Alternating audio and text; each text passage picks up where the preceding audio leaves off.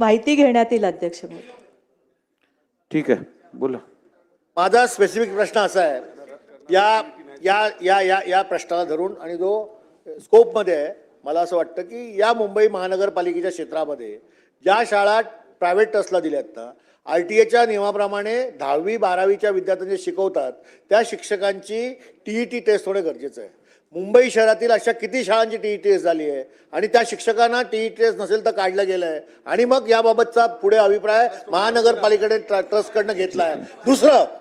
दुसरा विषय असा आहे की अतिशय महत्त्वाचा आहे की आपण शाळांवरती बोलतोय. इकडे शाळा ॲडॉप्ट करण्यासाठी मुंबई शहरामध्ये आपण या सगळ्या प्रस्ताव आणताय, पण अनुदानित शाळा ज्या मुंबई शहरामध्ये आहेत ना, त्याच्या 50 फाईल आज अतिरिक्त आयुक्ताकडे आहेत.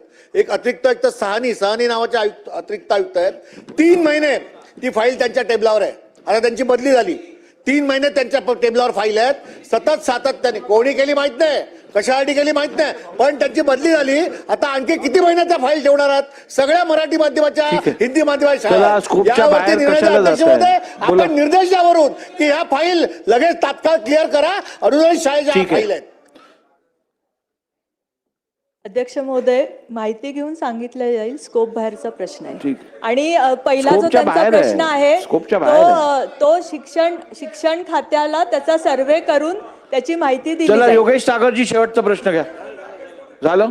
प्रश्न क्रमांक 3 बस झालं. प्रश्न क्रमांक 3. प्रश्न क्रमांक 15,875. अध्यक्ष महोदय, छापल्याप्रमाणे तुम्ही आहात. अध्यक्ष महोदय, चला, अध्यक्ष महोदय, 20 मिनिटं एका प्रश्नावर झाली. अजून किती महाराष्ट्र बोलणार? शासनाने महाराष्ट्र इलेक्ट्रॉनिक वाहक धोरण कायदा 2025च्या अंतर्गत मुंबई पुणे महामार्गावर तसेच इतर महामार्गावर सुद्धा इलेक्ट्रॉनिक वाहनांना पासेसच्या बोला मी ऐकतोय. नाही, आता हे जरा जास्तच होत आहे. 1 मिनिट. मला सभागृहात नावं घ्यायला लावू नकात. सन्मान्य सदस्य अतुल भाटकरजी, सन्मान्य सदस्य प्रभू साहेब, आपण दोघंही आसनावर बसून सातत्याने बोलत आहात. हे पुढे सहन केलं जाणार नाही. पुढे बोला.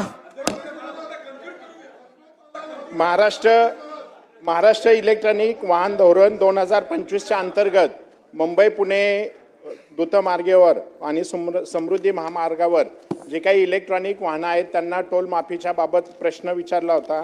त्याच्याबाबत अपेक्षित असं उत्तर आलेलं नाही आहे. तरी माझं मंत्री महोदयांना स्पेसिफिक 3 प्रश्न आहेत की पहिला प्रश्न आहे की मागील 3 महिन्याच्या काळामध्ये जे काही टोल वसुली झाली